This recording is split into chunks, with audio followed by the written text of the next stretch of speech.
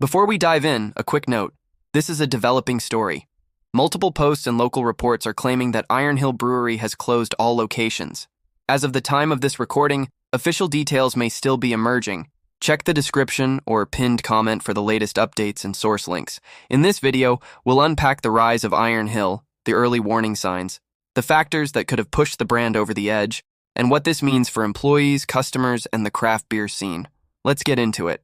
How does a beloved, award-winning neighborhood brewpub, once packed with families on weekends and regulars on weeknights, go from community staple to shuttered overnight? The answer says a lot about the restaurant business in the 2020s. Rising costs, changing habits, and the harsh math of a capital-intensive model. Hill's story, if these closures are confirmed, is a case study in how quickly momentum can shift. Hill Brewery started as a simple, powerful idea. Fresh beer brewed on-site, paired with a scratch kitchen, served by people who knew your name. From its beginnings in the mid-1990s in Delaware, the brand expanded through the Mid-Atlantic, Delaware, Pennsylvania, New Jersey, and beyond. It built a reputation for quality and consistency. Each location brewed its own beer, which gave every pub a local heartbeat while maintaining a recognizable brand. Awards followed. Hill picked up medals at major competitions and became a go-to for seasonal releases. Think rich stouts in the winter, crisp lagers in the summer, and a steady lineup of approachable, food-friendly ales. Families came for the reliable menu, beer fans came for the tap list, communities came for the vibe. Charity nights, mug clubs, brewers' dinners. Hill didn't just sell pints, it cultivated belonging. Operationally, the brewpub model made sense. Brewing in-house meant freshness and kept some costs aligned with volume. The kitchen offered broad appeal: burgers, flatbreads, salads, favorites with a twist. The company expanded carefully, often into suburban hubs and town centers with strong dinner traffic and weekend brunch potential. For years, the formula worked. Sales were steady, new locations opened, and Hill felt, well, inevitable. Then the ground shifted.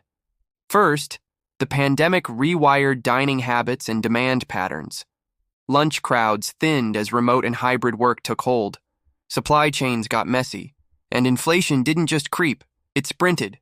The inputs that make a beer and a burger, malt, hops, cooking oil, proteins, became more expensive. Packaging, CO2, utilities, and insurance followed suit.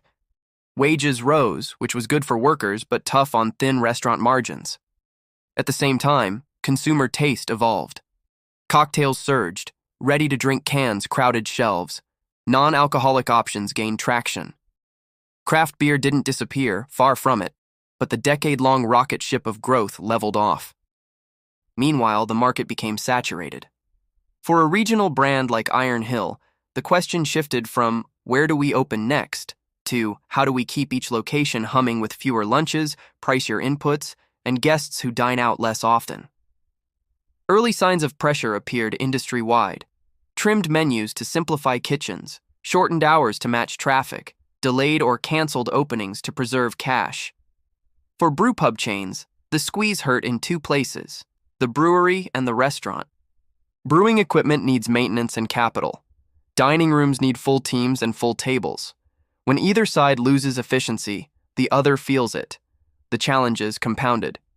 Lease renewals arrived with higher rates. Interest costs rose, making debt more expensive. Every CapEx decision, fermenter upgrades, kitchen refits, dining room refreshes, had to compete with the simple need to protect cash. And while dinner and weekend traffic held up in some markets, the midday peaks never fully came back in many suburban and office-adjacent locations.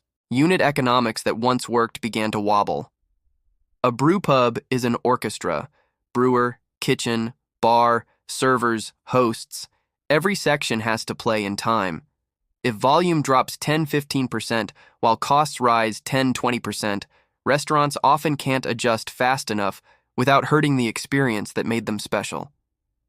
Guests notice fewer staff on the floor, longer ticket times, a tighter menu, or a beer lineup that changes less often. Those are logical moves to survive, but they can also dampen the very magic that sparks repeat visits.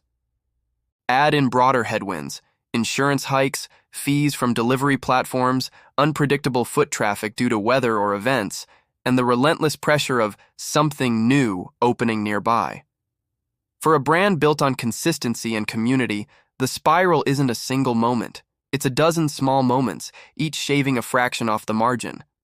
According to trending reports, the situation culminated in a sudden, system-wide shutdown. Iron Hill Brewery has closed all locations.